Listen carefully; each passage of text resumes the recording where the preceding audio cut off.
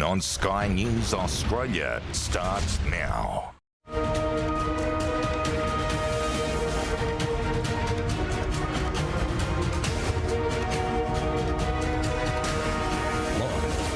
This is Outsiders. Good morning. You're watching Outsiders, the show that is to woke virtue signalling and identity politics on steroids what big government and big bureaucracy are to the freedom and democracy we all love. Currently, this country and so many other nations that were once bastions of individual liberty are now drowning in being over-governed, over-regulated by the tyrants of woke officialdom and idiotic ideological red, green and black tape. But don't say that we in the West were not warned. Do you think that you had a career as a bureaucrat, a government bureaucrat? No, I could never have stayed in government. Not that I didn't learn something at OPA, but it seemed to me that as I was in government and saw what they did, that it was very important not to have government run things. Yes, that's former US President Richard Nixon warning about the perils of ever-expanding government way back in the early 70s.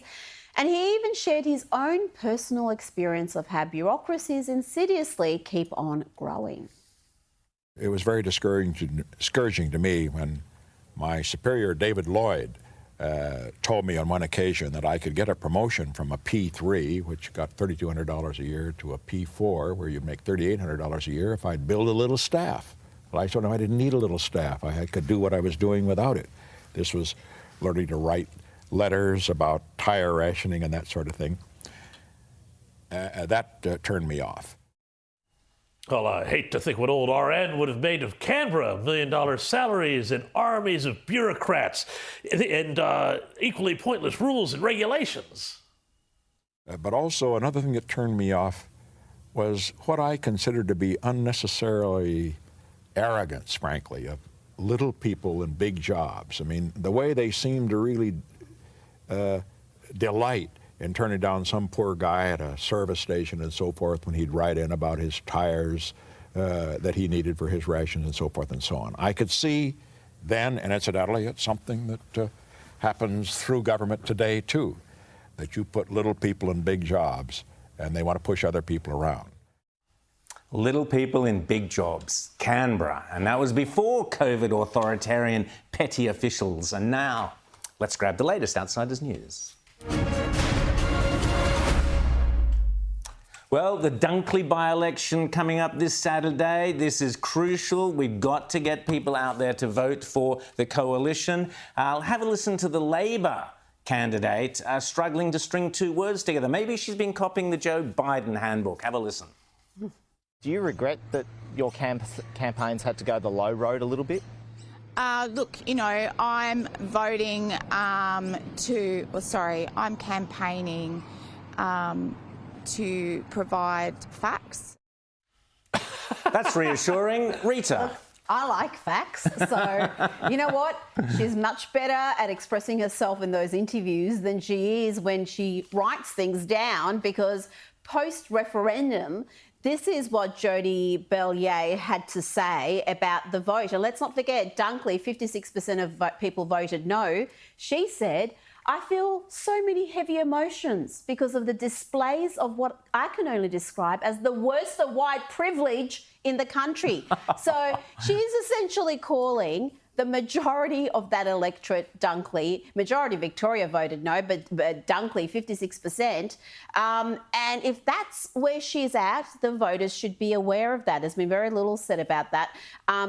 It is pretty crucial, but Labor are still in the box seat. They're favoured with the bookies. They're expected to hold on to that seat. So it would be quite a coup for Dutton's Liberals to pick that up. Well, let's make that coup happen. Forget white privilege. Let's have voter privilege, your privilege to get out there and boot these lot. Punt them out, James. Well, you know what's also been really, really interesting in this is that you've got Advance, you know, the group that was very instrumental in helping to win the No campaign. And they've been out there putting out ads like this and driving trucks around. reminding voters in Dunkley that Labour has done a number of things, including allowed those 149, I think, different criminals, rapists, pedophiles, murderers out on the street. The left is absolutely losing their mind. Labour is losing their mind. You know, we saw the candidate there who clearly went to the Brad Banducci School of Media Training, deciding that they were going to, say that they were in favour of facts. And yet now you have all of these people. And by the way, the same sort of people who cheered Get Up, the same sort of people who cheered on Simon Holmes Court backing in the Teals with a fortune, saying, oh, advance is just shady rich people coming in and interfering in elections. And of course, it's like, come on, guys. Suddenly, the right starts to take up some of the tactics that the left has been playing with in different ways for 10, 20 years in this country, and it's the end of the world. So Simon Holmes Court, he's not a rich guy who interferes in elections. No, definitely not. Okay. Different rules for different folks. The Teals, Rowan, are all independent. They're not a party. Don't ever say they're a party. Don't call them Teals, in fact. I retract the Teal comment I just made. No, they're all independent.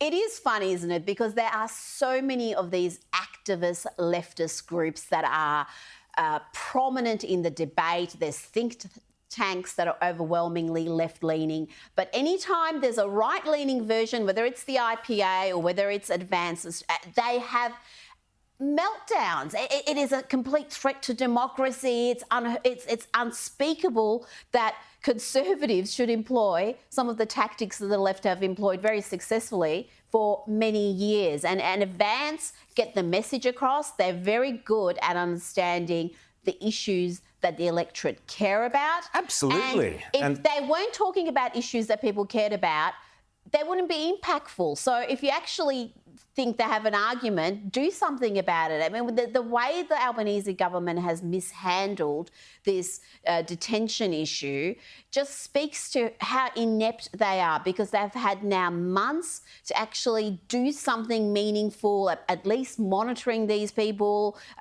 rearresting them. They had that emergency legislation that passed through. They haven't used that emergency legislation. But this is the joke. Sorry, James. The thing is about this, they try and act like, oh, well, this is a great big sort of, you could even call this misinformation, even that Labour says, which is that, we had to let them out because the High Court and all of that. Well, yes, fine, that's true.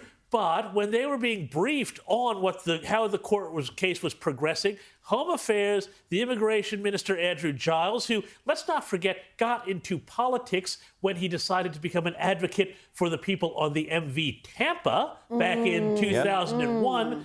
This tells you where their sympathies lie, and they were MIA when the Australian government solicitor went to have meetings with them and say, this case isn't going our way, you need to get legislation ready, and they didn't have it, and that's why Peter Dutton had to step into the breach. That is what Labour doesn't want to talk about. Giles was in London spruiking The Voice when these meetings were happening. At least one of the meetings, in his office. Another time he was somewhere around Canberra spruiking The Voice. He wasn't in his office at the meeting. So we shouldn't be shocked that they kind of didn't see this coming, because the signs were there that this High Court decision was going to go against them, and they had no contingency plans there at all. And even now, months later, when they've had that emergency legislation go through, they do not seem to be serious about.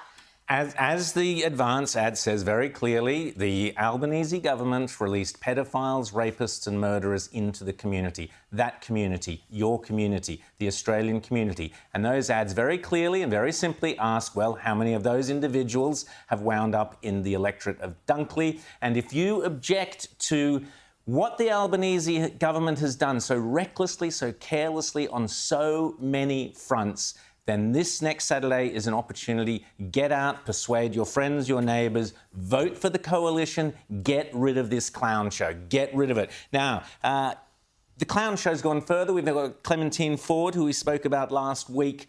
There's now a theatre board in Melbourne, Rita, that is kind of split now over this issue, which we raised here on the show last week. And this is, of course, Clementine Ford was one of those involved in that most despicable act of putting out the personal details and online details, social media details of Jewish people and labelling them as Jewish. Not since the 1930s have we seen this sort of horrific act of a list of Jews being put out there, and those responsible must be held to account. And good on this theatre, at least some of the people on the board of this theatre are saying, no, we will not tolerate people like Clementine Ford. Rita. Well, there's been one person stepping down from that board. This is the Malthouse Theatre. It is one that is backed by a great deal of philanthropy. A lot of that philanthropy comes from members of the Jewish community, so you can understand why there's quite a bit of unhappiness that they would be platforming Clementine Ford, of all people. But of course, she's performing all around the country at even better venues than the Malthouse Theatre. So this doesn't appear to be slowing her down at all, the criticism and she was going issue. to be performing, James, on the same night that Yentl, the show Yeah, Yentl, that was a good timing. was being shown. Great work, Malthouse Theatre. I mean, seriously, the arts community in this country has really got to step up. You've been pretty pathetic, folks. Well, no, they have been stepping up. They've been stepping up circulating lists. Yeah, exactly. That's what they've been Let's doing. step up the arts community and say enough of this garbage, this Jew hatred, which we're seeing from the arts community. It's got to stop, James. Absolutely correct. Can't say it better than that. This is the same sort of thing that we've seen at the Sydney Theatre Company in Sydney, where we've seen actors deciding that they were going to go do a keffiyeh protest on stage. Yep.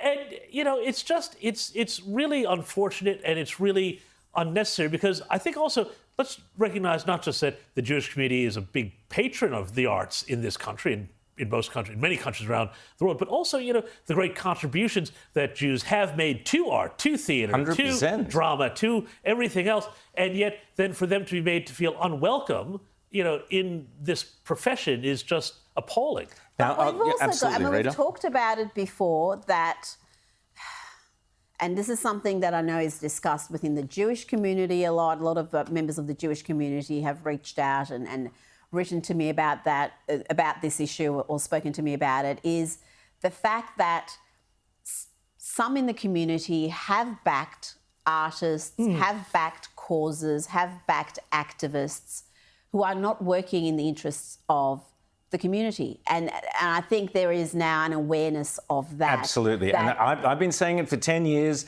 The modern left are no friends of the Jewish community. I've been saying it. I've been banging my head against the wall for 10 years. And the proof is there now. Now, seriously, I'll be saying a lot more about this later on in the show. A bit of common sense from someone of the left, Marion Scrimgeour. She's come out and said, she's talked about the fact that we've got to stop treating those Indigenous young youths out there who are engaged in criminal behaviour, stop treating them like little angels. Some great common sense from a Labor MP, of course, in the Northern Territory. Unlike all the lefties down in Canberra, she actually knows what's going on, James. Well, yeah, no, this is really interesting too, because I think it has national implications when you look at what's happening in Queensland with the youth crime crisis there, where the Labor government there has been absolutely disastrous when it comes to youth crime. And you've seen the youth crime epidemic all across Queensland. I've spoken to a number of people everywhere, literally from Gold Coast to Townsville, says this is a huge problem. Yep. And, you know, the cops, they do their best. They arrest them, but then the system and the legislation that's been put into place by Labor governments in places like Queensland means that the judges then have to give presumption of bail, presumption of, oh, they're just a misguided little tyke who's just made a little error, and back on the streets you go. And of course, you know, you've had towns where dozens of cars are getting stolen on a weekend, you know, properties are getting trashed, people are getting bashed, and it's just horrendous. And until you start to say, well, some of these youths actually do need to be locked up, and their parents also, where the parents need to be held responsible for their bad parenting, then this crisis will continue. Well, I'll tell you one thing you can say in Queensland's favour is at least they're resisting attempts to raise the age of criminal responsibility. That's something that's happening in Victoria. It's going to get increased this year and again in a couple of years' time. So it's going from 10 to 12, then to 14. And we've had cases. We had a case just this week where arrests were made of a really ugly, violent attack, and one of the alleged assailants is 12.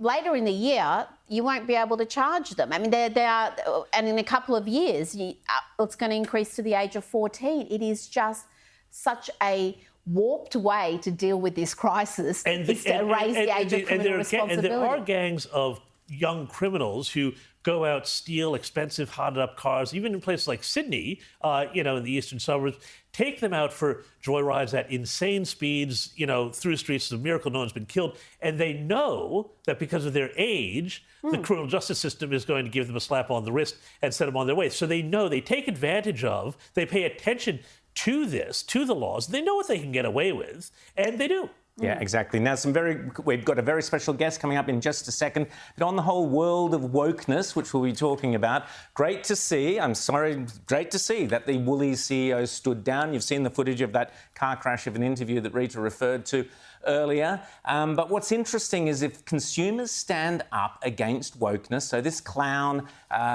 said that we wouldn't celebrate Australia Day at Woolworths. He's now gone after making a fool of himself on television. But more importantly, Woolworths seem to be waking up to the fact that if you spit in the face of consumers endlessly with your political virtue signalling, it's going to come back and hit your bottom line. They've now woken up to the fact that they've said, all those checkout people and staff stacking shelves and that who virtue signal with their badges, their LGBTIQ what's it badge, or their Aboriginal flag badge, or whatever it might be, whatever political virtue signalling, that now stops at Woolworths, according to this release, which is saying that staff may no longer display all this sort of rubbish, which is great news, and which shows that you, the consumer, do have the ability to change the insanity that is surrounding us now. Speaking of that insanity, let's go to our very special guest. So last week, if you remember, I showed you the story of Konstantin Kisin, how he first came on the show back in 2018,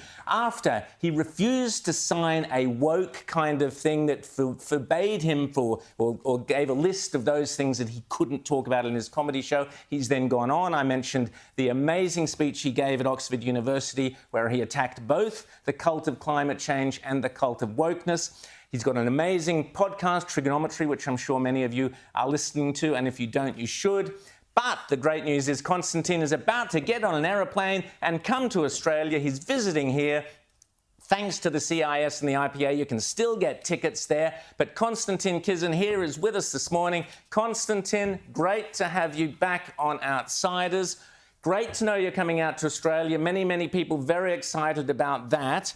Now, tell us the craziness that is going on in the UK at the moment. There's so much you can talk to us about, but are we winning the war against woke, or is the West's freedoms disappearing? It's hard to know. First of all, thank you very much for having me back on the show, and I cannot wait to come to Australia. It's actually my first time. And having met many Aussies over here, I'm actually very enthused, because I sometimes feel that you guys actually are holding on to the values of the West in a way that is perhaps not true in many other parts of it. So I'm excited to find out whether I'm right or wrong about that for a start. Maybe I'll turn up and it's not quite the case, but we'll find out. You'll see. Yeah, I look forward to it. But it's, yes, we've had a lot of things here in the UK. And of course, one of the things that we all, I think, would recognize is wokeness is not only an ideology that is anti-Western at its core, that's about teaching our children false history that means that they don't even know why it is that we are as successful, as prosperous and comfortable as we are here in the West, and therefore not perhaps willing or able to defend those values or even articulate them nowadays. But the other thing we have seen here in the UK in recent days, I don't know if you guys have followed it, is that when you have this kind of policy and you have these kind of attitudes, it then means that we're not able to challenge and tackle very, very serious threats that we are now facing. So in the British Parliament on Wednesday, we effectively had the Speaker overturn decades, if not centuries of precedent, simply because our police no longer willing to stand up to the threats that Islamists make against MPs, including left-wing MPs in Parliament, and we had all kinds of shenanigans going on as a result. So one of the things that is happening is we're essentially weakening our immune system, I feel, and our ability to resist internal threats is challenged as a result. And so that's why I'm keen to come to Australia to speak at CIS events and others about what is the West, why are we as prosperous and comfortable and as free as we are, and how do we preserve that? Rita. Well, how do we preserve that when there seems to be so much self-loathing in the West, particularly from younger people who've had this indoctrination really from a very young age, from the culture, from the education system? How do we protect something that so many within the community see as toxic and oppressive and a feature of white supremacy? Well, the first thing we've got to do is what we're doing here, which is start talking about the opposite to that. I agree with you, Rita, completely. We have probably 2 or 3 generations now, including my own, who not only have never been taught anything positive about the West, really, but they've also been taught that the West is evil, colonial, slavery, blah, blah, blah, blah, blah, in a way that is completely decontextualized, one-sided, is not accurate. One question that I'm always asking these young people is, like, we talk a lot about illegal immigration in all of our countries. Why is it that Australians aren't getting on small boats and trying to sail for safety or freedom or comfort or prosperity anywhere else? Let's talk about that. Let's actually find out why we are where we are. And I think that's the beginning of the conversation. I think the biggest thing that has happened, not only in my lifetime, but also prior to my lifetime, really, is the destruction of our history. And Orwell warned us about this: who controls the past controls the future. So the first thing we have got to do is start teaching our children. And that, frankly, look, the education system is always going to be captured to some extent by people who at this point hate our societies. We have got to start by teaching our own children the values of the West and the history of the West in a proper way. If we can do that, perhaps we can recapture elements of the education system. And I really do think it starts from there, because unless we are able to articulate how we got here, I just don't see the West enduring in the long term. James. Well, Konstantin, I'm glad you mentioned Orwell, because I was just thinking about, as you were speaking about, this Orwellian trope on the part of the elites, not just the young people, but the elites seem to be very much in favor of undermining and hollowing out all the things that they say they're in favor of. And one of the things we hear all the time is the phrase "our democracy," which is code word for, everybody has to vote the same way, otherwise there's some sort of threat. We see this with Trump, we see this with other candidates. Are the elites, are the leadership class, are they actually leading us to some sort of crisis? I know you talk about, recapturing parts of the education system, and maybe we can turn things around down the road, but it seems to me that the people in charge do not believe fundamentally in the democracy and in the liberal societies that they claim to, with their rhetoric, be defending. I completely agree with you. And one of the most dangerous things that I have observed in the last 8 years or thereabouts is the fact that whenever the people actually express their opposition to something that is being done, instead of hearing that outcry, which we saw with Brexit, which I didn't vote for, by the way, or which we saw in America with Donald Trump and others around the world, the rising wave of populism isn't coming out of nowhere. This is something I keep trying to tell people, especially my friends on the left. You've got to pay attention when the people speak and when they rise up and say, we don't want this. We don't want to be going down this path. We don't want to be moving in this direction. And I agree with you completely. If the elites do not start listening to the people, they are the ones that are going to destroy our democracy, because on all sorts of issues, whether they're economics or domestic issues, or whether it's foreign policy or whether it's cultural issues that I actually think are really, really important. People like us always get accused of, being culture warriors, which to me betrays this very funny thing that as if culture doesn't matter.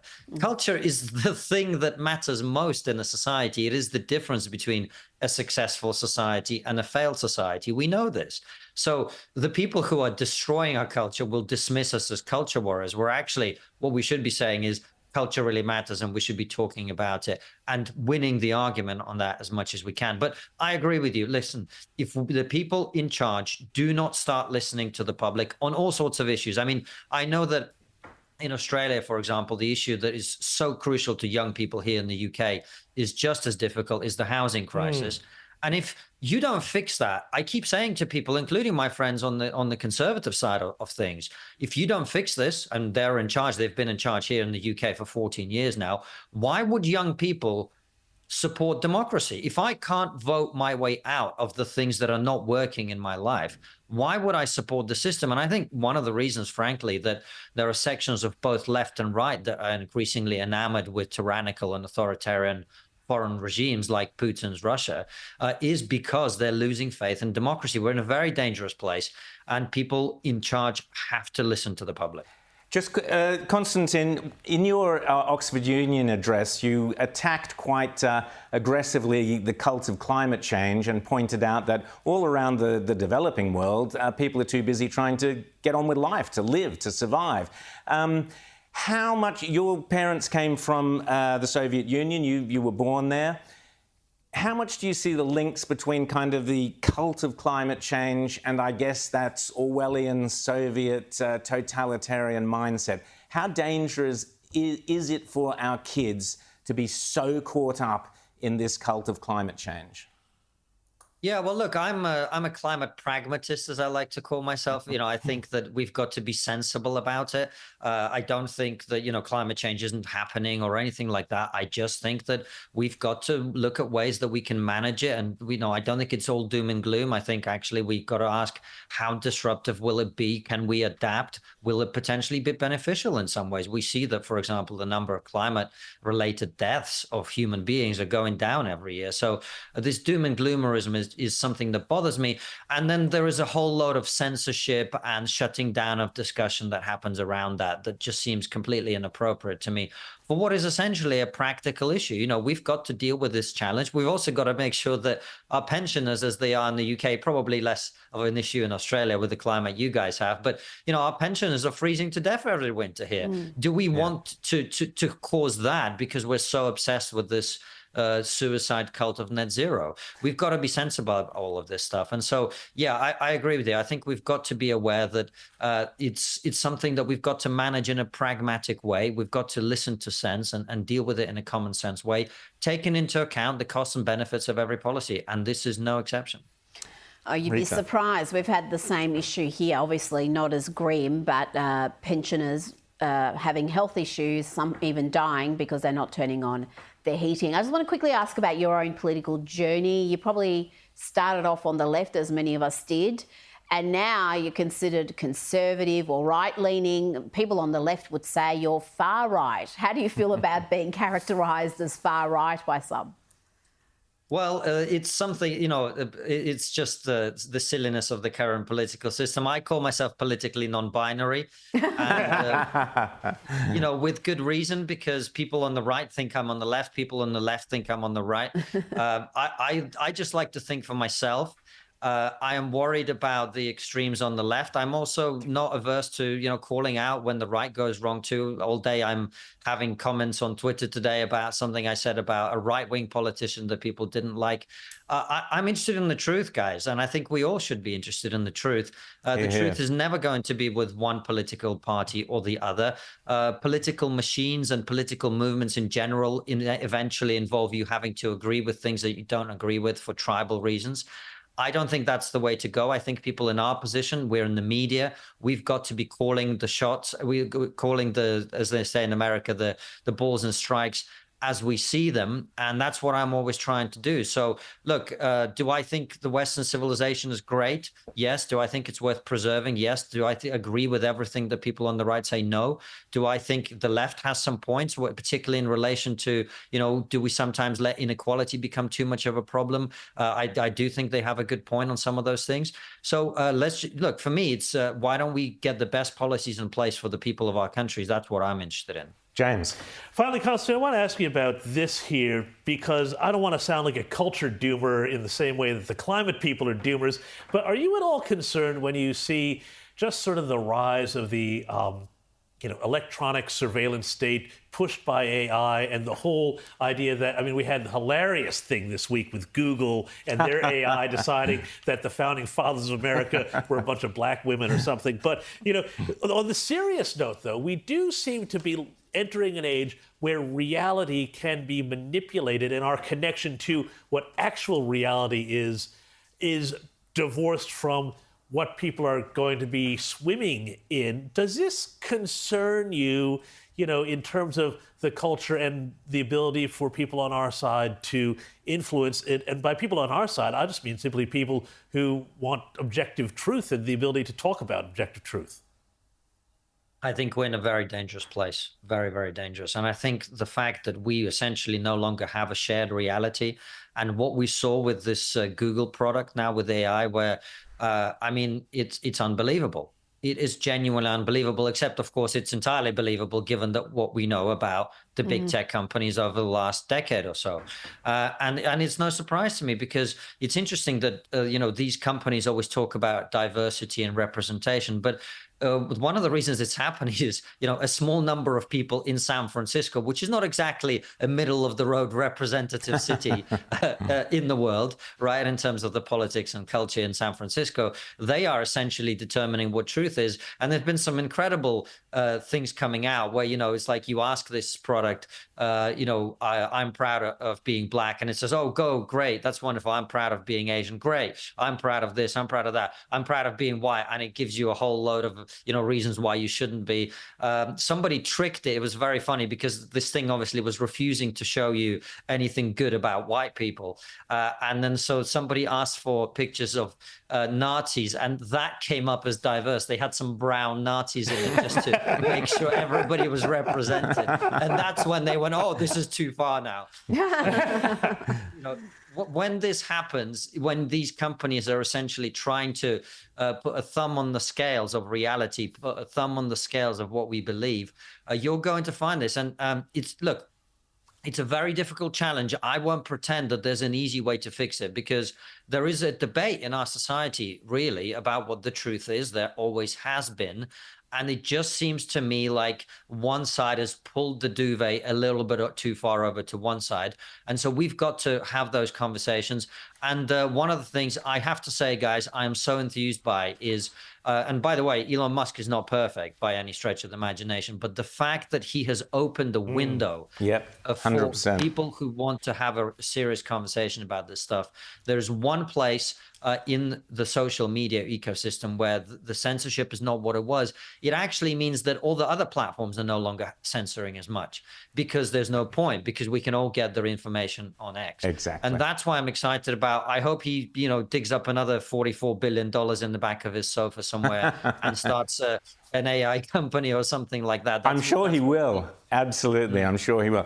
Konstantin Kisin, can't wait to see you out here in Australia. Get on that plane, fly safely, and we'll see you out here. Tickets still available to see Konstantin. Go to cis.org.au or ipa.org.au, and hope we don't let you down when you're out here. Konstantin Kisin, thanks so much for coming on Outsiders today. In a tick, Rita's reality check, lots more.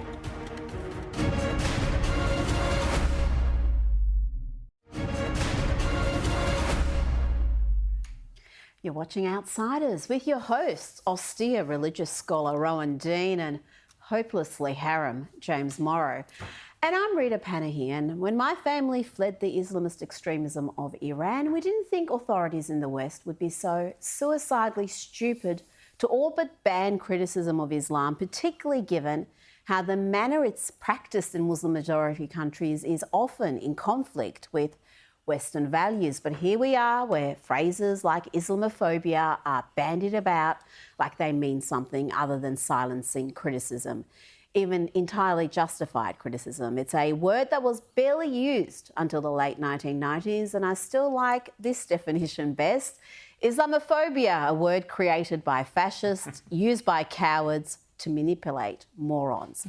Of course, there are cases of racism against Muslims, but it's not lost on me that the biggest victims of the silencing and sometimes even criminalising any criticism of Islam is Muslims. They're the biggest victims. It's Muslims who are the main victims of Islamist extremism, whether it's terrorism, gender apartheid, and the systematic subjugation of women. And let's not forget, those victims who live under Islam cannot express criticism, as blasphemy is considered a crime.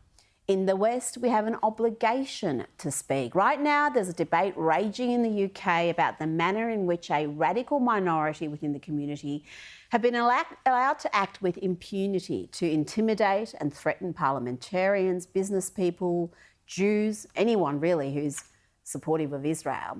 I've had messages from Jews in London who say they do not feel safe going out on weekends when anti-Israel marches are taking place. I mean, think about that for a second. People not leaving their homes during daylight hours because they fear for their safety. And authorities, from government ministers to police officers, have allowed this climate of fear to grow. We've seen that right here in Australia, where Jews have been marched away by police for the crime of being Jewish, for holding an unfurled Israeli flag. How long before we see footage like this in Australia, where police tell Jewish folks to hide signs of their Jewishness, like wearing a Star of David necklace, because it could enrage crowds of protesters? This happened in Scotland. If people see your star, which I appreciate that you feel deeply with, they will just get very, very angry. Okay, so I'm just making you aware that then it might trigger the people, because obviously I understand you're sitting off the different sides of the fence. That's my only concern. Okay, that the star will set them off and they'll cause an argument. There's only 3 of us here. It might be difficult for us to manage the situation. Okay. I don't plan to argue or engage with anyone, and it is my religion. I am Jewish. Yeah. In Melbourne in this past week, we've seen this phenomenon again, where the victims or potential victims are blamed and the aggressors allowed to go about their business. Watch here as Jewish men are pushed to the ground and then marched off by police and accused of disturbing the peace. We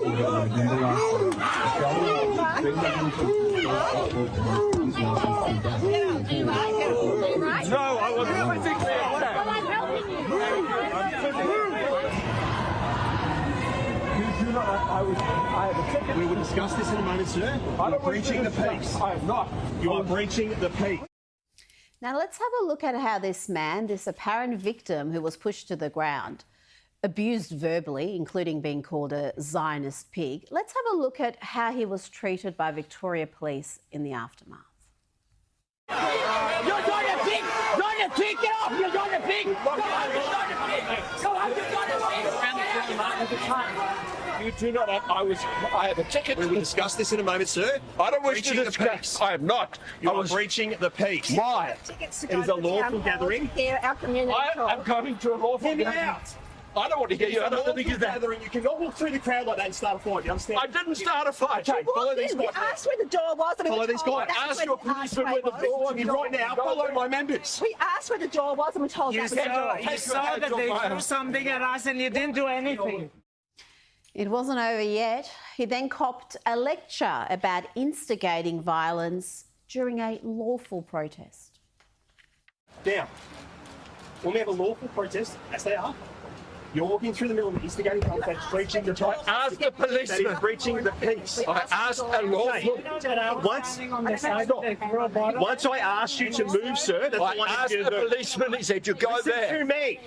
Once I've given you a lawful direction to move out of the area, that's all you had to do. What about the bloke who pushed me over and attacked me? Listen to me. Have you arrested him? If that wasn't enough, he is then threatened with being thrown in the back of a divvy van. The way that you've gone about it and gone straight through the crowd has caused a semi-riot, and we've kept you safe by removing you from the crowd. The crowd was blocking the door. There was no way of getting there other than through the crowd. Give you the direction on how to get there. At the end of the day, the breach of the peace has occurred. Please move on. That's the end of the story. I don't want to get involved in the politics either side. We're here to keep the peace. Do you understand that? No, I don't, because I believe that the people who punched us were the ones that broke this peace. My div van is on the way. If you're not going to leave off your own permission, my div van can put you straight in the back. On that same evening in Melbourne, during the City Council vote on a ceasefire, independent journalist Roxanne Fernando was also at the town hall when this happened.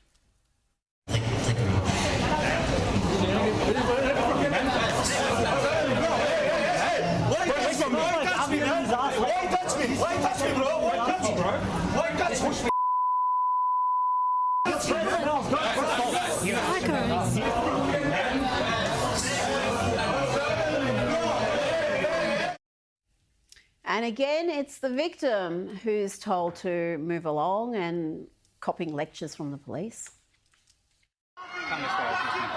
This is ridiculous, man. How can you move me on? I wasn't doing anything. No. Hold on. Yeah. I'm avoiding a punch on. That's what punch on? These people are threatening me. You're going to get your head punched in. For what? Are you saying they're violent? Mate, you're causing the issue. I'm not causing the issue. I'm just reporting. And police also failed to arrest the masked man who allegedly assaulted Roxanne, as he explained to me. This all happened in front of members of Victoria Police. And this masked individual that did assault me in front of members of Victoria Police I tried to get the police at that moment to identify the individual. He was right there in front of the police. But police weren't interested in determining who that aggressor was either. They did give us a lengthy statement, though, about what happened around the town hall, which included this.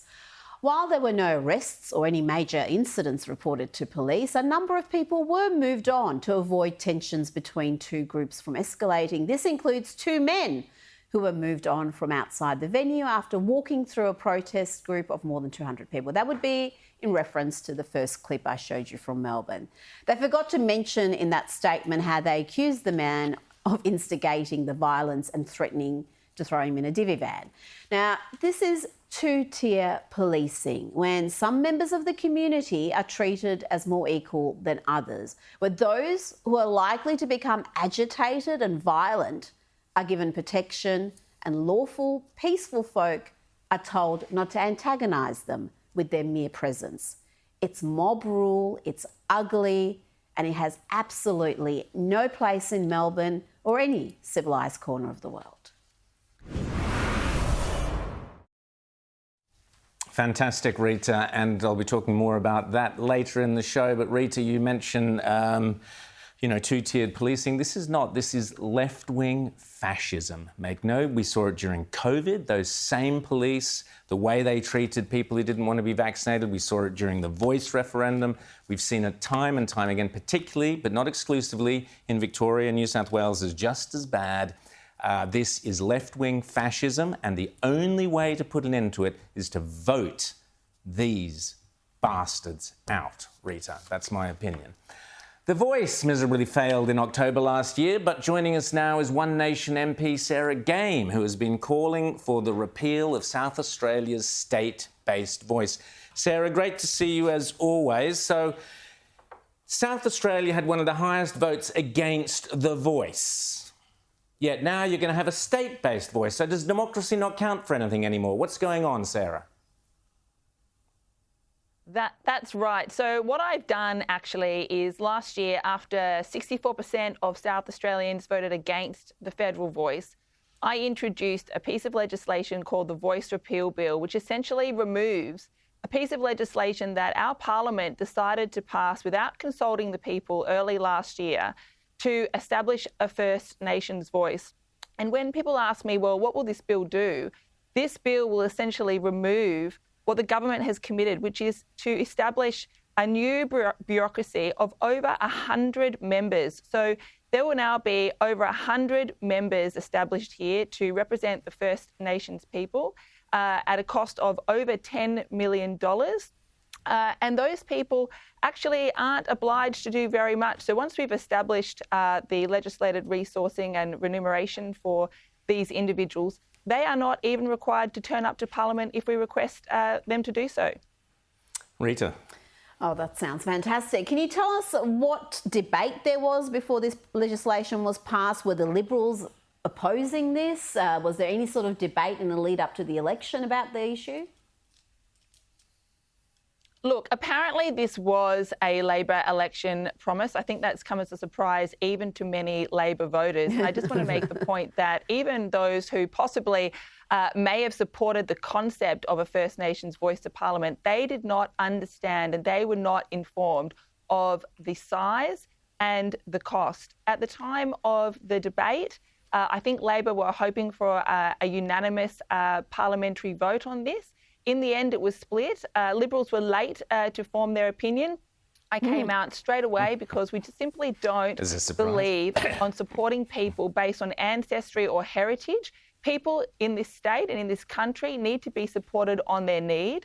We've got a cost of living crisis here in South Australia. We have families that can't afford their groceries for their children. They can't afford their rent. They're living in cars. And instead of putting our money to help all South Australians in need, we are establishing a new bureaucratic arm. James. So I'm just curious, though. I mean, I'm sure that along with spending all of this money on this representative body and a bureaucracy and a lot of people who wind up collecting money out of this, what are they doing to help people in the Indigenous communities that people are not somehow connected in and are wind up getting onto this particular gravy train? Well, we're actually having the elections coming up very soon. So I think on the 16th of March, the elections will be held. The nominations have been closed. We find out who the nominees are on Monday. Those individuals have been nominated by Aboriginal and Torres Strait Islanders in those local communities. So you must be Aboriginal and Torres Strait Islander to vote, as according to the three-part test of identifying as Aboriginal, and being accepted into an Aboriginal community. And then those elections will take place on the 16th of March. With regards to your question on how we actually make sure that the people are represented, I think we've really failed to do that. When you establish a voice that contains over 100 members and you include in the piece of legislation establishing that it is purely at the whim of that voice, whether they actually represent themselves to Parliament or not, I think that's a complete and utter failure. Sarah Game, doing a great job there for One Nation there in South Australia, and you're absolutely right. What can people do, Sarah, to kind of support you in this fight? Well, I have had various petitions on my social media if people want to have a look at that. And I suggest they write to their local Member of Parliament. I mean, we already have Members of Parliament on good salaries there to represent all people of South Australia. They're the people that we need to be looking to fix this issue, not paying another 100 members. Hear, hear. Thank you, Sarah. Great to chat to you as always. And you thought out there that you voted no to The Voice, but it looks like our politicians have very, very different ideas. Lots more coming up in a tick.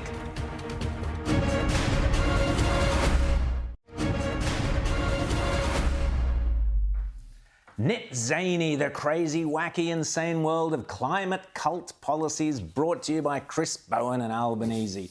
Let's kick off with, obviously, James, Chris Bowen can't read. Otherwise, he would know that, James.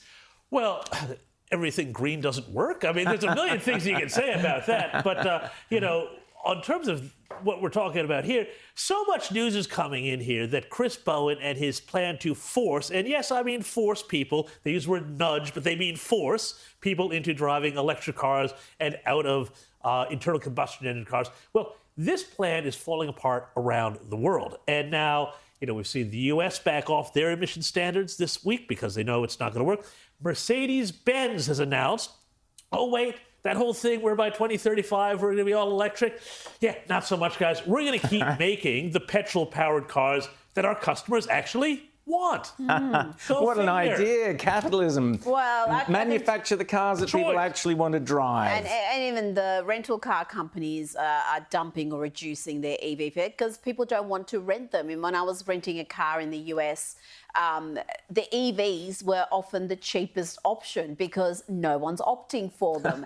So people are telling you they do not want this. At the end of the day, if people were loving EVs and buying them in huge numbers, how would our electricity grid even handle that? And we're burning coal to charge them anyway. So the whole thing is nonsensical on the face of it, and yet we've got national policy being written and implemented by this clown Bowen, completely devoid of reality. Well, completely devoid of what is happening all around the world. As James said, Mercedes and other car manufacturers have said the same thing. Oh, we're not going to go down this EV route to the extent we were planning.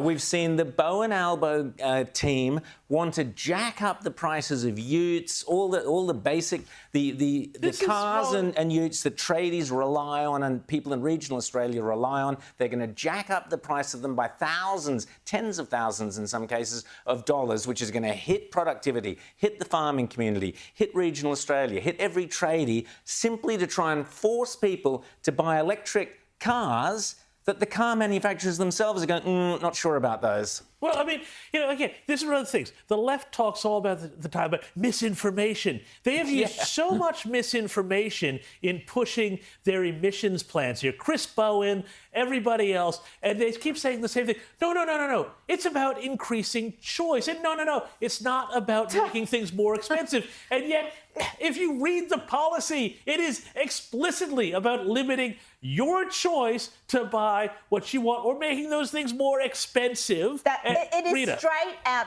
gaslighting Yes. to say it's increasing Well, it's choice. electric lighting. No one is banning people from purchasing electric vehicles. You could have done that for the last 10 years Exactly. very easily. That is absolutely absurd. But also, we've just got to talk. We need a whole segment on this program on Chris Bowen. There's not enough Bowen content here because there is just ass-hatchery happening on a grand scale, and much of it is going uncommented about. And one of the biggest bits of gaslighting or misinformation, if you want to call it, is renewables are cheaper.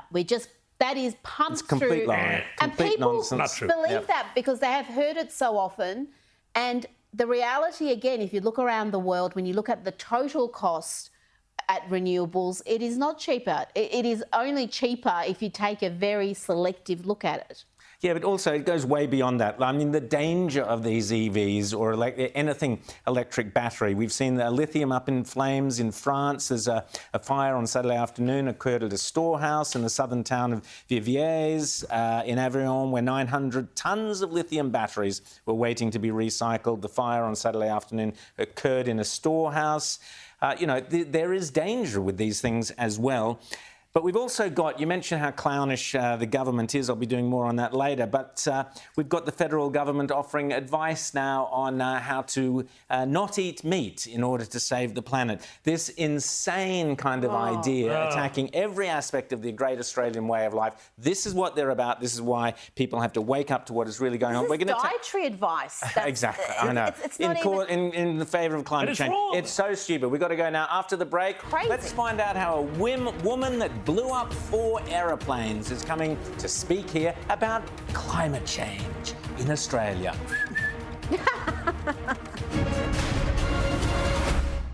Hello, you're watching Outsiders with Rita. Revolution is in the air. Panahi, James, Moratorium Morrow, and myself, Rowan. I love the smell of napalm in the morning, Dean.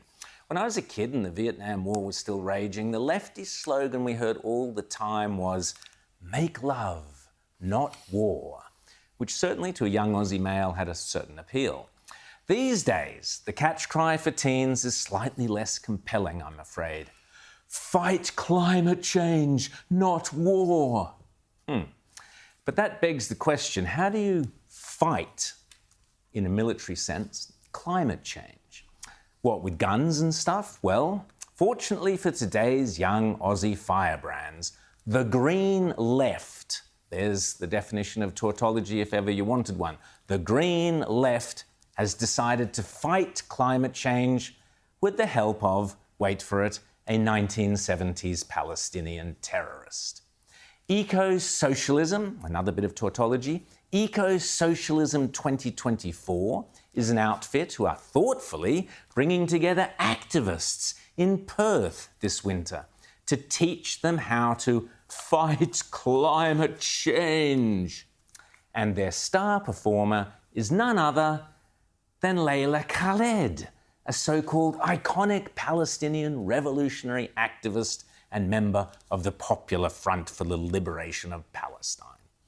Quite what Layla can teach us about fighting climate change escapes me, but Perth is several hours' flight on an aeroplane from, well, pretty much everywhere. So anyone planning to go and listen to Layla can while away the hours in midair by reading up on Layla Khaled's long-abiding passion for hijacking aeroplanes and blowing them up.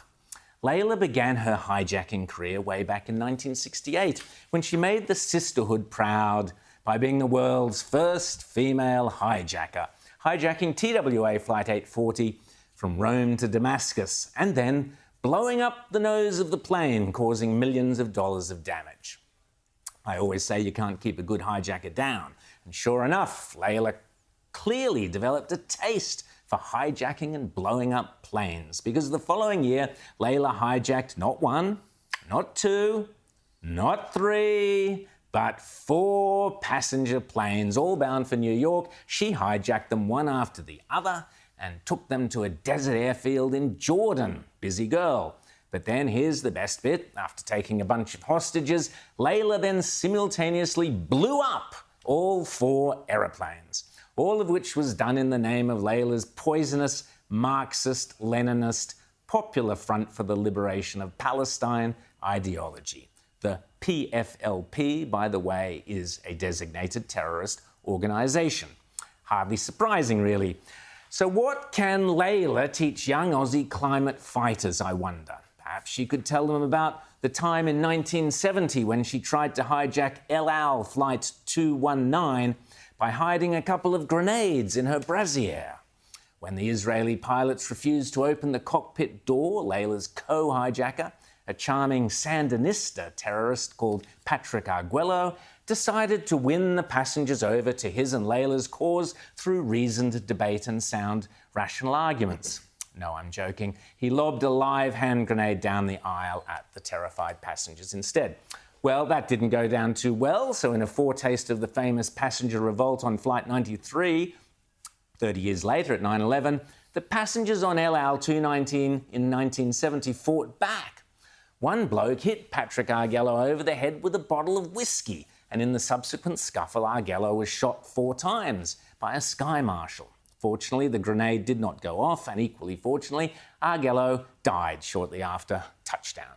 No great loss to humanity there. Layla was bundled off to prison before later being released in a hostage exchange. More recently, in 2017, Layla was refused entry into Rome at the Leonardo da Vinci Fiumicino airport. Hardly surprising. After all, last time she'd been there, it had been to hijack a plane and to blow it up.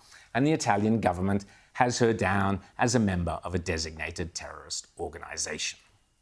So, why is Layla Khaled coming here? This is the person eco-socialism and the Green Left are flying to Australia. Interesting, the person sitting next to her, what do you do? Oh, I'm a hijacker. Oh, right, okay, great.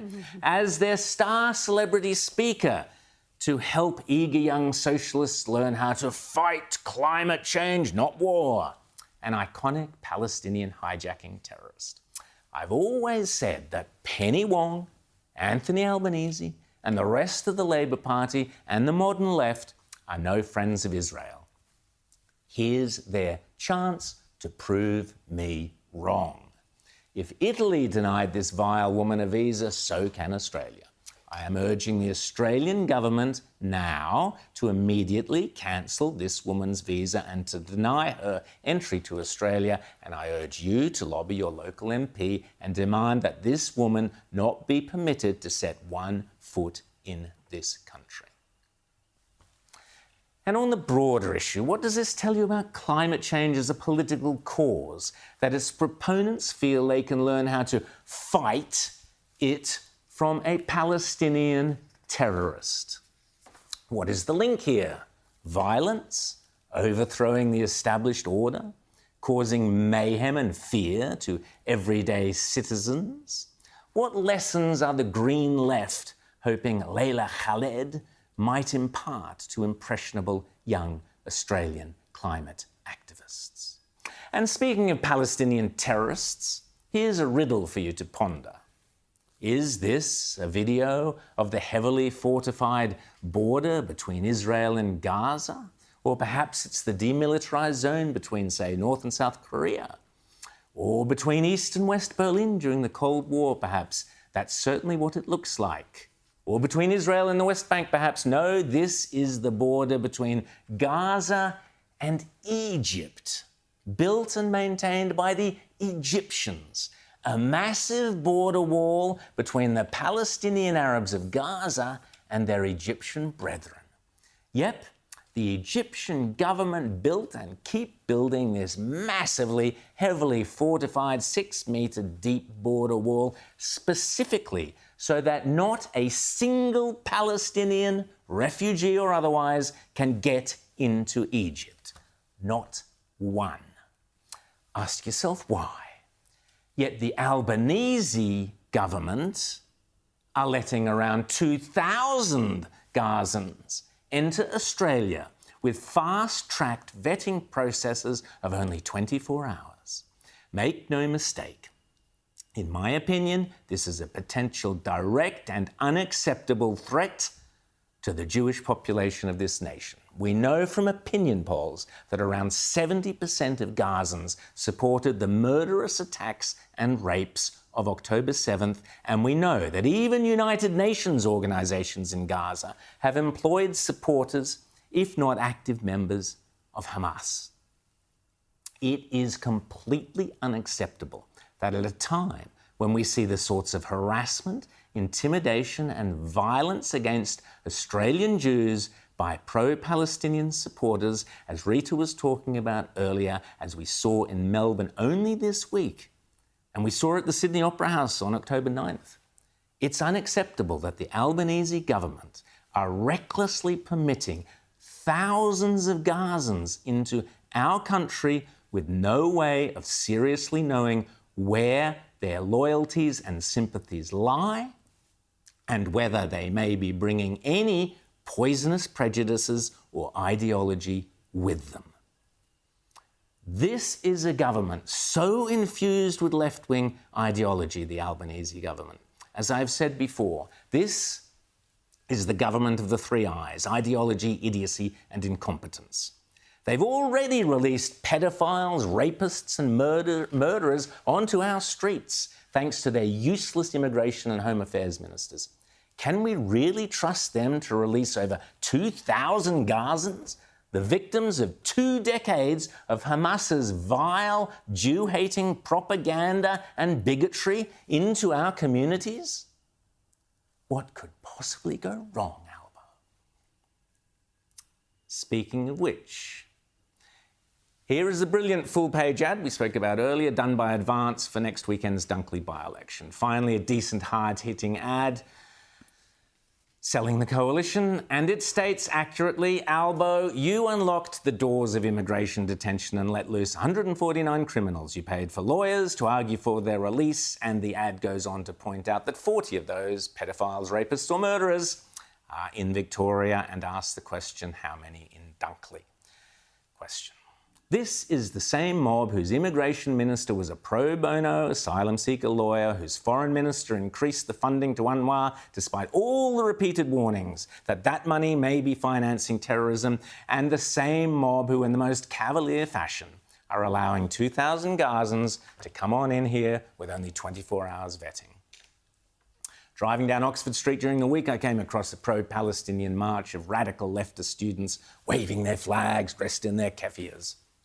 Our universities are now rife with unbridled anti-Semitism. In Melbourne during the week, we saw the sickening attacks on Jews by radical pro-Palestinians we talked about earlier.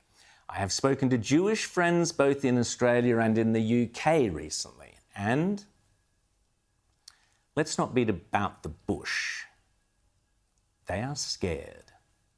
It is impossible not to see comparisons between what is happening now throughout the West and the terrifying, dehumanising period leading up to the Second World War in Europe, when Jews were marginalised, attacked in the press, hounded out of polite society, hounded out of jobs and hounded out of academia, not only by the Nazis. Albert Einstein described the madness that gripped Europe in the late 30s as a mass psychic distemper. Is that what we are seeing now throughout the West? The time for silence and meek acquiescence to this plague of modern Jew hatred and harassment is over. History must not be allowed to repeat itself, not on our watch. Because if the Jews of Australia or Britain are not safe from these vile attacks, from this evil intimidation, from this dehumanising rhetoric and sinister doxing campaigns with anti-Semites leaking social media lists of Jews, then none of us will ever be safe again. So I say to the Jews of Australia, in particular, the Albanese government has failed you. State governments have failed you. Local councils have failed you. The police in Victoria and New South Wales have failed you. The Labor Party has failed you time and time and time again. The Greens have failed you because, like the scorpion, it is in their nature to fail you. The media, all too often, has failed you. The ABC has failed you. The arts community has failed you. The modern left, in all its sanctimonious, self-righteous smugness, has comprehensively failed you. But we mainstream, fair dinkum Aussies, we will not fail you. Last week, we saw 10,000 people attend the Never Again Is Now rally in Sydney. I urge all Conservatives, all Christians, all common sense Aussies to voice their unequivocal and unambiguous support for their Jewish friends and neighbours on social media, on Talkback Radio, at the local neighbourhood barbecue, at the footy field, in the pub, in the workplace. The opposite to anti-Semitism is pro-Semitism, and we need to hear a lot more of it loudly. As Einstein said, the world is in greater peril from those who will tolerate and encourage evil than from those who actually commit it. Silence, Einstein said, is complicity. To turn a blind eye is to acquiesce. We must speak up from Bondi to Broome to ensure that every single Jew is safe and secure in this, our precious Australian homeland. We are all Australians. Anybody who threatens a Jewish Australian threatens every single Australian. And I, for one, will not stand by and let that happen. We all have voices, we all have a vote. Let's use them.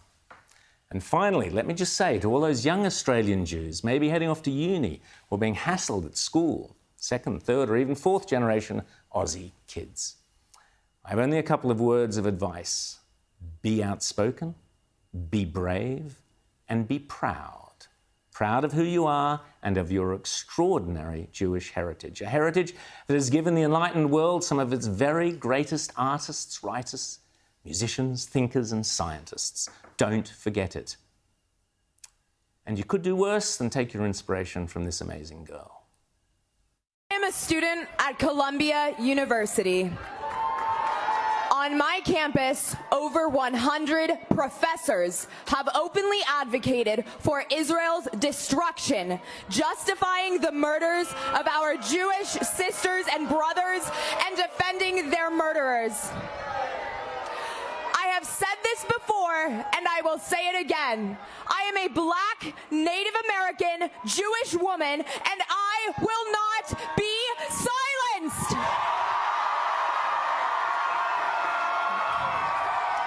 No matter how many anti-Israel demonstrations I must walk past on my way to class, no matter how many of my professors support the students defending Hamas, no matter how many times we are told to cower in fear, I will continue to shout.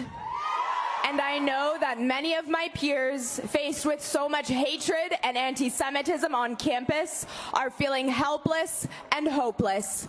But to them I say, look around you. We are the Jews of the diaspora. This is how we fight. We fight loudly and we fight peacefully. We are far from helpless. We are far from hopeless. As Albert Einstein said, we can only hope that the present crisis leads to a better world. Well, the House of Commons in the UK Parliament descended into chaos during a Gaza ceasefire debate as the House Speaker, Sir Lindsay Hoyle, departed from parliamentary convention and is now under pressure to quit. This comes as Prince William also weighed in against all protocols, following the outrageous example of his father, to wade into a political debate and came in calling for a ceasefire in Gaza, complaining about too many deaths, etc. Well, here to tell us more about what is happening in the UK, Esther Krakow. Great to see you, Esther, as always. Let's kick off with Prince William. I mean, we spoke earlier about King Charles and his climate change activism. That was a few months ago. Now you've got Prince William wading in like no monarch has ever done, expressing political points of view on a foreign policy issue. What's been the reaction in the UK there, Esther? So Prince William released a statement after a visit to the British Red Cross in London, asking for effectively a humanitarian pause. He didn't use the word ceasefire because that would have been tone deaf, and there would have been many questions arising like, you know, if Hamas is not going to pause, why should Why should we? So he effectively called for the release of the hostages, but also a pause so that humanitarian aid can get into Gaza. Now, he did try and be balanced in his letter. However, that does raise the question of what kind of king will he be, future king, but also whose footsteps is he walking in as the Prince of Wales? Clearly his father's, because his father as the Prince of Wales was known for his environmental activism. He was very vocal about his political beliefs, and he wasn't afraid to ruffle some feathers in a way that was very much unlike the Queen. But he seemed to have gotten away with it, because now that he is king, he has decided to jettison all of that. He didn't attend COP27. He's been quite mute on political issues, which some will say, what's the point? Because we already know what he thinks. But at the end of the day, as the monarch, it would be improper for him to comment on political issues. I think Prince William is trying to use his position as the Prince of Wales to kind of emulate his father's stance in a way. Now, Prince William did get approval from the government to release that statement. I think that's probably why it was as neutral as it can get on this. But it is more about the precedent that it sets. Of course, the Israel-Gaza. But Esther, very, James. But Esther, I want to get into what some of the lead up to this, or some of the stuff that's been happening in the last 24, 48 hours, because I think Australians aren't fully across just what has been happening too in the House of Commons, and that explain to us how procedures for voting on a motion around Gaza and a ceasefire were changed and suspended by the House Speaker simply because Labour MPs were under physical threat from Islamist protesters. And you've essentially given, it sounds like to me, Islamist demonstrators the freedom to decide what's voted on, what's not voted on, how it's voted on in Parliament. What is happening here?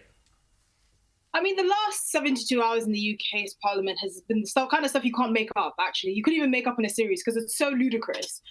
So this giant virtue signaling exercise over the votes in Gaza, which is precisely what it is. It's not like the vote in Gaza is going to have any impact on actions there. You know, we can't vote on Australian taxes. Why do you think you can vote on what happens in Israel and Gaza? But anyway, there were pro-Palestinian protesters outside of Parliament just when the vote was about to happen. And Sir Keir Starmer pulled Lindsay Hoyle aside and had some words with him. Now, we don't know what exactly that conversation entailed. Some are saying that Keir Starmer actually threatened the Commons Speaker to actually get rid of him at the next election when Labour are expected to win if he didn't back Labour's amendment motion. So ordinarily the SNP, the third largest opposition party, third largest party in Parliament, but the second largest opposition, had come up with a motion to debate. And parliamentary procedure wouldn't actually have you debate an amendment proposed by Labour, who are also in the opposition, when the government has also proposed its own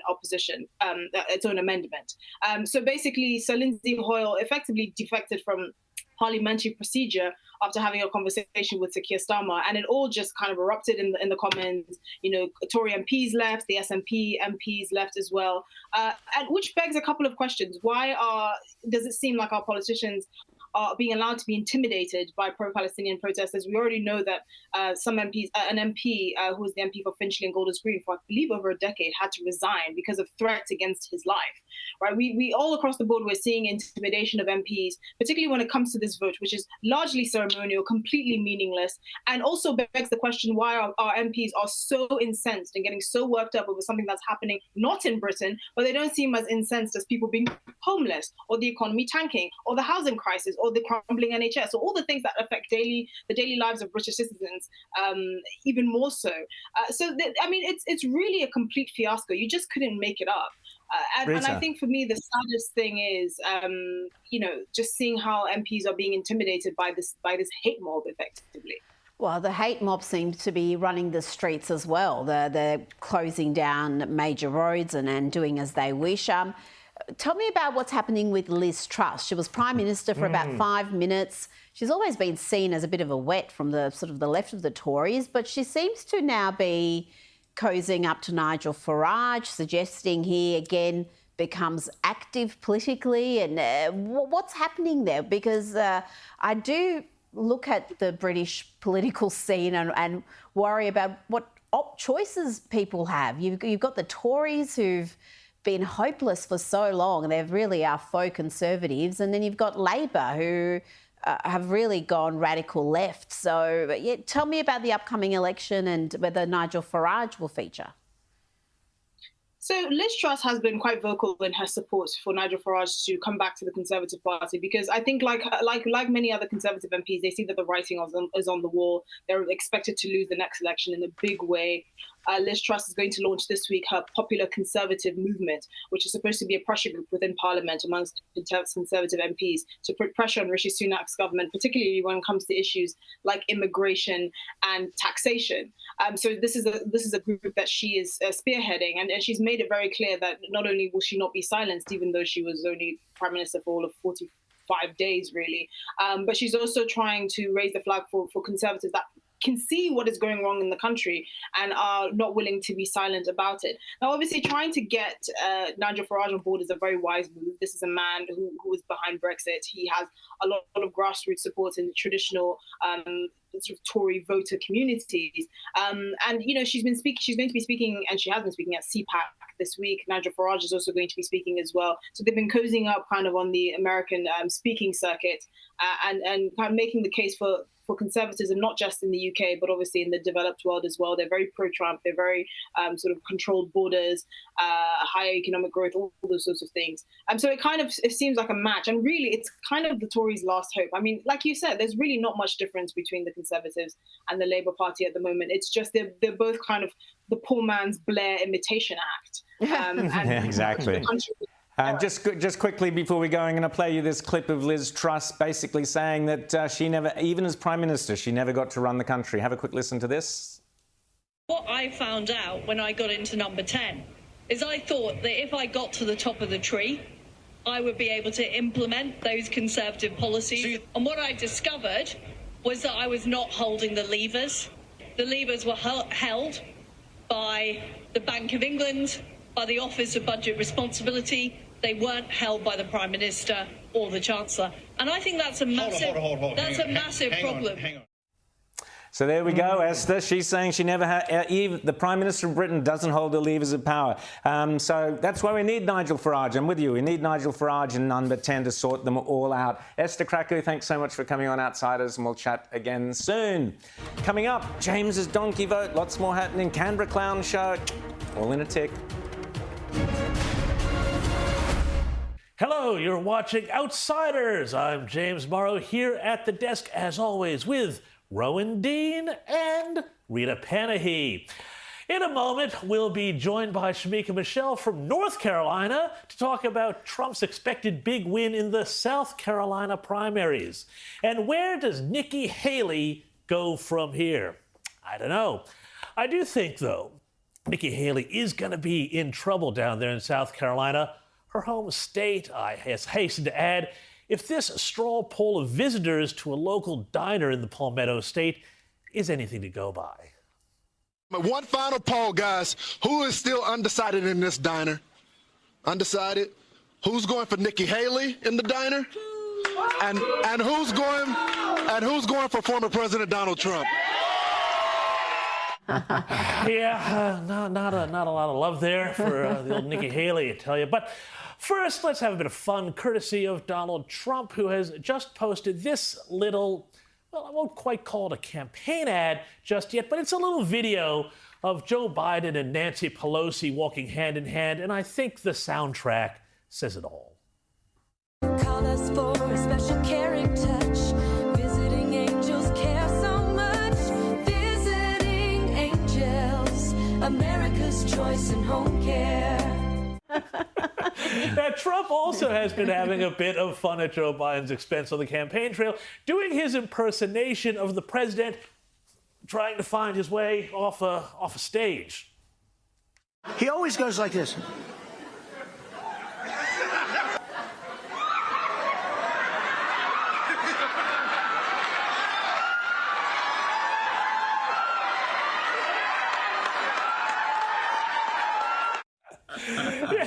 Fantastic. I know Biden doesn't still seem to have a lot going on, but I've actually got some horrifying news for you, because apparently, according to a new book about to be released, the 81-year-old Joe Biden is fond of telling White House staffers that The key to a successful marriage is, wait for it, good sex. Yeah, sorry, I know there's an image you didn't need on a Sunday, but it's my duty to report these things, though you gotta wonder if this whole thing isn't a bit like the dead leaders Biden claimed to have met with the other week who haven't been seen for years and years, if you know what I mean. Anyway, Biden has another problem too, beyond his age, the allegations of corruption, and the open border and the economy that looks good on paper, but is still a disaster for most Americans. We've already seen how in the UK and Australia, the often anti-Semitic Islamist left is causing all sorts of problems for Labour and Democrat parties, and it's the same thing in the US for the Democrats. Even Joe Biden's tepid support for Israel is causing him massive dramas in much-win states like Michigan, which has 15 electoral votes and a large Arab population that is willing to use its muscle at the ballot box. Watch as this reporter here realizes the scale of the problem Joe Biden has. Is there a pathway forward for you with Biden? Oh, absolutely not. You cannot keep killing people with our money and just keep thinking that, oh, we are stupid enough to elect you again, because we'll fall in line. We'll forget. This is an insult to me as a voter. It is, in so many words, insane to me to have the Democratic Party and the Biden administration sit here and essentially say, if Trump happens, it's your fault. I'm willing to take short-term pain for a long-term gain. I'm willing to let go of Joe Biden and oppose Joe Biden, make him a one-term president, punish Joe Biden by making him a one-term president and pairing his loss with the genocide in Gaza. Why does our democracy, why is having a Trump presidency more important than those people's lives? Now, the electoral issue is apparent, but I think also what that last lady said is really, really telling about the left and Democrat voters. Because did you catch what she said? She said, why is our democracy more important than the lives of people in Gaza? But aside from the question, why Gaza, because you could say the same thing about sacrificing American democracy to save Ukrainian lives or Uyghur lives or Eritrean lives or Armenian lives, or the lives of people any place where there is intense conflict, it gets to the fundamental heart of the problem on the left, and especially among young leftists who have been trained almost from birth to not look out for their own interests or the interests of their country or of their friends. This is instead, they have been taught that people like Hamas, who violently hate the personal and sexual freedoms the left enjoys, are their friends. Well, if Joe Biden or whomever is on the ticket for the Democrats come November loses that election, that will not be the end of this problem that the left has, which is going to tear that side of politics apart, but also, I fear, the country as well, if we're not careful.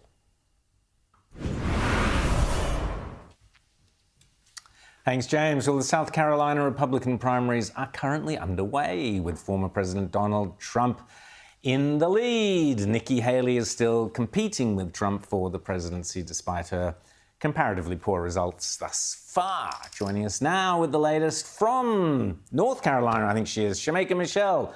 Shemeka, great to see you. You're not far away from the action there. So tell us what's been happening, today. And what's the mood there in Carolina? And is Trump on the way back?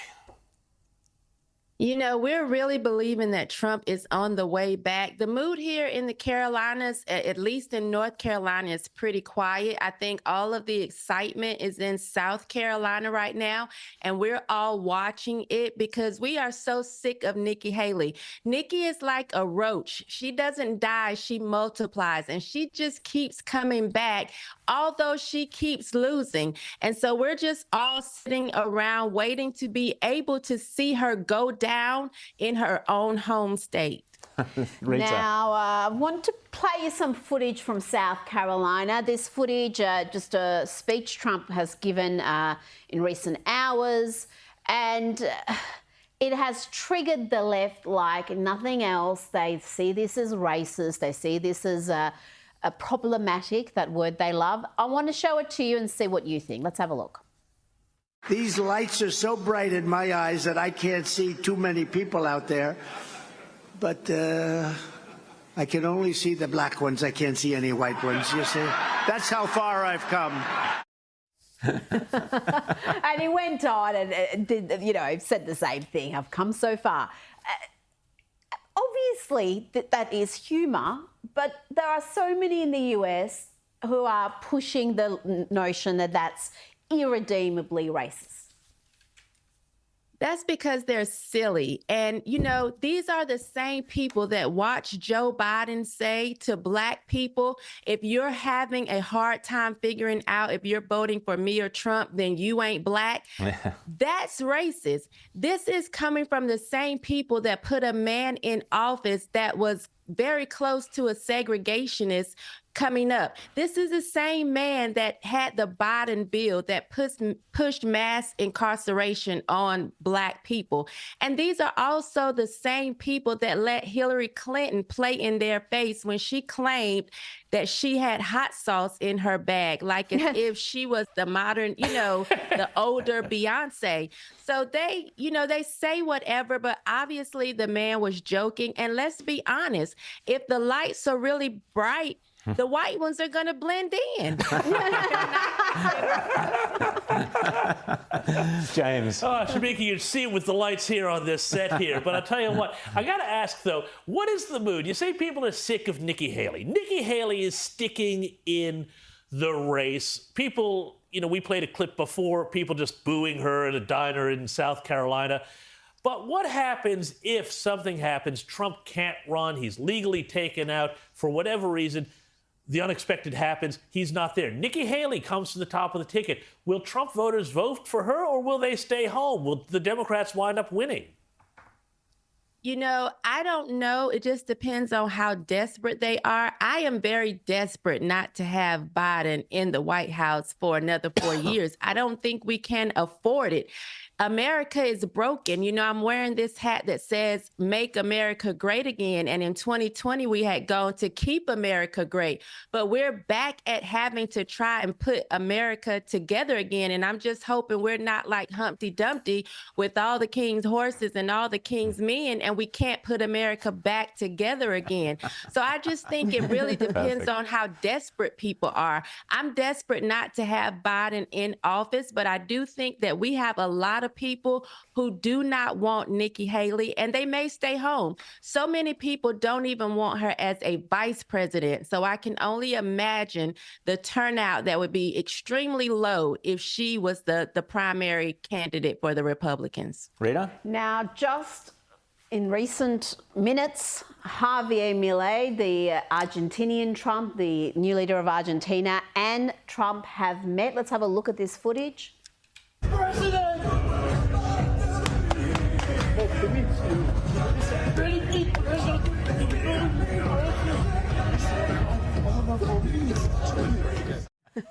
Fantastic. Great. Just the hairstyles together is just a joy to see. Couldn't tell who was more excited. No. Tell me about what you think is going to happen if Trump is taken out of this race. I mean, you talked about, people are desperate to get rid of Joe Biden, so they might vote for Nikki even if they don't want her. But is it going to be peaceful if the leading candidate is taken out through the weaponization of the justice system? Are we going to have riots? Are we going to see violence? I mean, I wonder what the reaction would be if we end up in that position in a few months. Yeah, I don't think it would be peaceful. That's why I think they've spent so much time trying to give people these long prison sentences, calling them insurrectionists, although no one was charged with insurrection. I think they have really been working very hard to make people afraid to speak up and speak out and exercise their rights to protest. So I do think, though, that there are people who aren't afraid, who will take to the streets and who will be very upset because you're taking away our choice. President Trump is our choice. And so if they do that, I don't think it's going to go over so well. Shamika, I meant to ask you, did you manage to get those Donald Trump gold sneakers for me I asked you to get? You never know your luck. You know, I'm so upset because they went so fast. And I was thinking, you know, I'm going to email Laura Trump because, you know, we have a pretty good relationship and say, look, I've been campaigning for years now. Where's my family? Where's my sneakers? Fantastic. Yeah. Shamika, Michelle, always great to chat to you, and we'll speak again soon. Coming up, Canberra Clown Show. Don't miss it in a tick. Roll up, step right this way into the Burley Griffin Big Top for the greatest show on earth. It's the Canberra Clown Show, starring Bobo Bowen, Tony the Burke, Pennywise, sorry Penny Wong the Clown, and of course every kiddie's favourite, the dancing, prancing Albozo.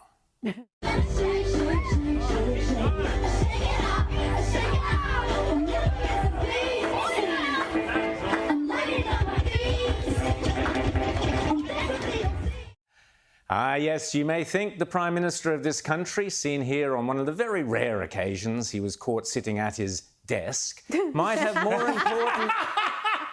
more important things to do, you know, like worry about inflation, stop the sudden influx of boats, stop letting pedophiles, rapists and murderers out onto our streets. But no, what could be more important than hitting the airwaves when the world's other most famous all-round entertainer is in town? I'm calling to give you the news, which I reckon is pretty good news, that you have won tickets to Kate's Sweet Seats. You're off to Taylor Swift. Wow, you've got on Taylor. How good is that? Fantastic. How long have you been trying to get the tickets for? Like crazy. I've spent probably 50 hours just watching Ticketek go round and round. So thank you so much. Oh, good on you, Talia. Important prime ministerial business. Meanwhile, Albo's minders may not have been able to coach him on how many illegal boat arrivals there are, but at least they managed to coach him how to sing along to some of Taylor Swift's lyrics. Well, the chorus, at least.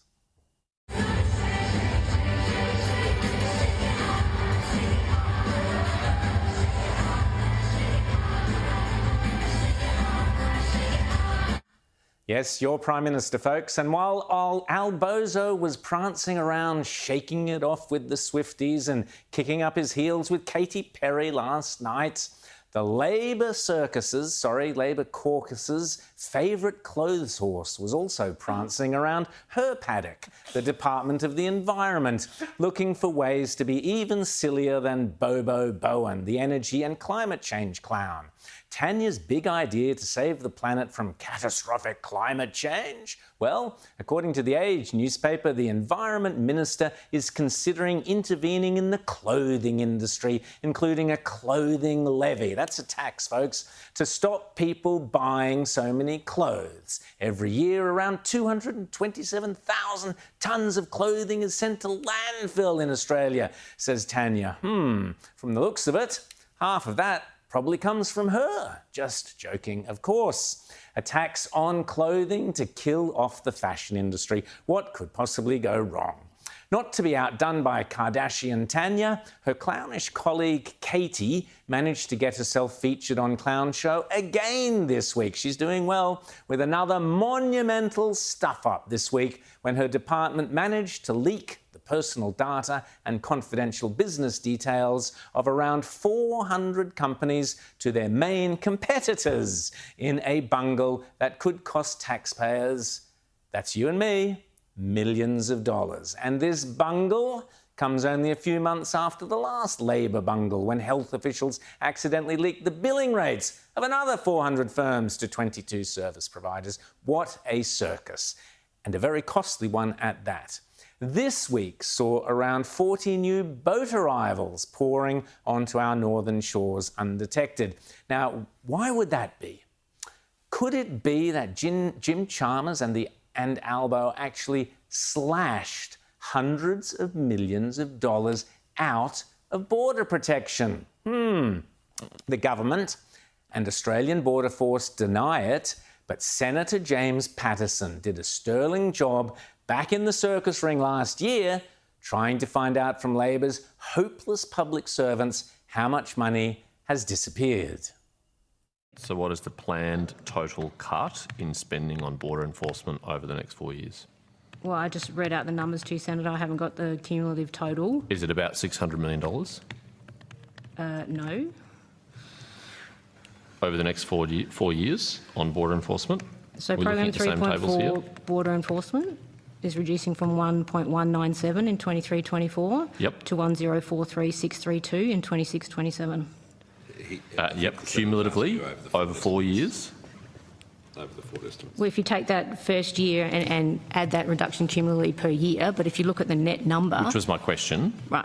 So, yes, I haven't done those sums in my head as I'm sitting here, but the net reduction is not that much. But is it about $600 million? It would be, yes. Yes. OK, thank you. I don't know why I have to ask 4 or 5 follow-up questions to get an answer to a very straightforward question. $600 million. At the same time last year, we got this extraordinary admission from one of the Canberra Clown Show's ringmasters, Mr. Pizzullo, that basically cuts to border protection in the forward estimates didn't matter. No, it doesn't matter, because someone would find the money somewhere, somehow. Your argument, Mr. Pizzullo, is basically we should just disregard 3 out of 4 years of the forward estimates, that won't eventuate, that what the Treasurer tells us about how much the government plans to spend in the budget he brought down only a couple of weeks ago, we should just disregard, because it won't eventuate in actuality. And I could ground truth that by going back over 10 budgets. The estimates that we get outside of the immediate coming year, so in this case 23-24, the estimates that is brought down in any budget never reflects the funding that I receive, ever. Well, that's not what the Treasurer says on budget night. That's not what he says in all of his interviews afterwards. What a complete schmozzle. Meanwhile, the people smugglers are back in business and laughing all the way to the bank. But the competition is pretty stiff when it comes to who are our worst public servants. Senator Paul Scar asked detailed questions of the Department of Home Affairs and as to why they are funding a massive campaign to combat Islamophobia in the wake of the October 7 attacks, but not one to tackle anti-Semitism. And it goes on, and they're all noble objectives. Has a similar program been undertaken through the Department of Home Affairs with respect to what I'm sure all senators are seeing in the community, the terrible increase in anti-Semitism? In essence, after all sorts of waffle and obfuscation from the public service show and their chief clown Murray who, what, where, when and why, the short answer was no. Can I just jump in here, Senator Patterson? I'm not quite sure that the way you're characterising the programs is correct.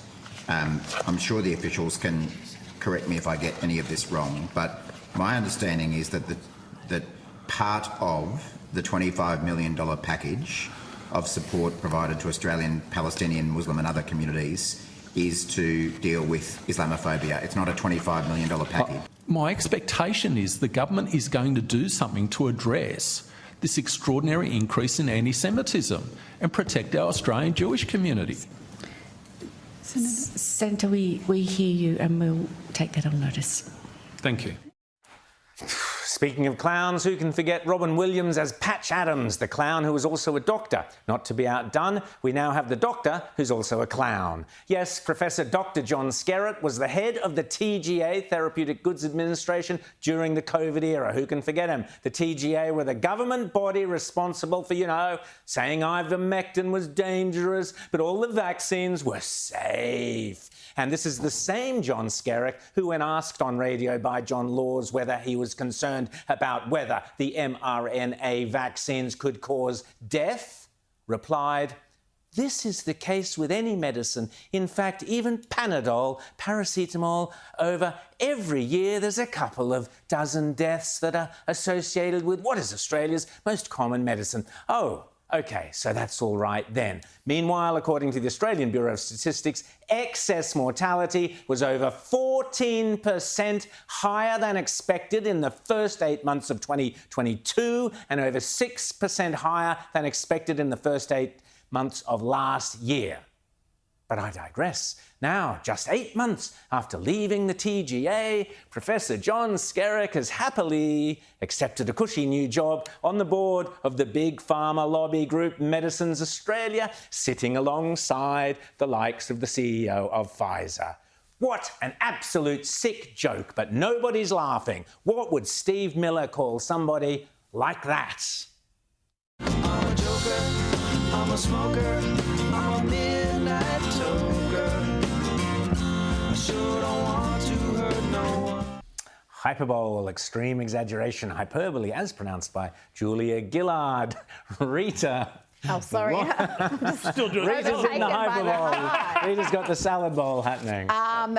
Julia Gillard, yes. Should we start with Zali Steggall and Anthony Albanese? Yes, because he's been very busy, hasn't he, Albo? Well, yes, he's been attending a lot of concerts and sporting events, and he's also caught up with Zali. Hi everyone, well I'm down here with the Prime Minister's special visit to Manly. TripAdvisor has just voted us #1 beach in Australia, #7 in the world. Well, congratulations to Manly on the beach. I am a South Sydney supporter, but South Sydney beach is rubbish. Manly kills it. Just what the Australian people want to hear. What is that? What about the body language of this whole thing? I mean, they come across to me like, you know, this divorced couple that's been divorced for 20 years that had to just be nice at like their kid's wedding or something like, oh my gosh, it's so good to see you. You're looking so good. What they failed to mention, of course, was the windmills that should be going up and down the length of Manly Beach. The beautiful esplanade there. You can have it stacked with windmills to achieve net zero, which is obviously what... and they could achieve net zero tourists at the same time if they put those in. Zali is supposed to be the liberal option, you know, the sensible liberal alternative. That's how she was sold to us. That video should be played at the next federal election across Warringah on just non-stop repeat. Absolutely. Cruel and unusual. Rita, our good friend Prince Harry has got himself into a bit of trouble on cocaine. Well, the Biden administration is doing their best to help him because the question is, did he lie on his visa application? Did he admit to his illicit drug use as he did admit to it in his book? The Biden administration is saying, well, just because he said he took cocaine in his book doesn't mean he actually did. Maybe he was just a ploy to sell books. So they're trying to save him here. But the question remains, did he lie on his visa application? That is a fairly serious thing. So what could happen? Could he get kicked out? He might have to go back to London. But they won't have him there. Daddy the King won't let him in. So Prince Harry might... He could come down to Australia. He could come and be our monarch down here. He could come and sit on Manly Beach with Albo and Zali and, you know, do all those eco-friendly things together. You know what? The people of Manly deserve it. They voted for that. Have the lot of them. Well, that's it for this week's Outsiders. We shall see you next Sunday morning at 9 a.m. And thank you so much for watching us every Sunday morning. We do appreciate it. Don't forget Rita Panahy's show, 11 o'clock, Monday, Tuesday, Wednesday, Thursday. Nobody does it like Rita. You've got to watch that. And, of course, James Morrow, the US Report, Friday evenings. You've got to watch that, find out everything, particularly now we're really getting into what's happening in the States is so important to us all. But that's it for Outsiders. We'll see you next Sunday.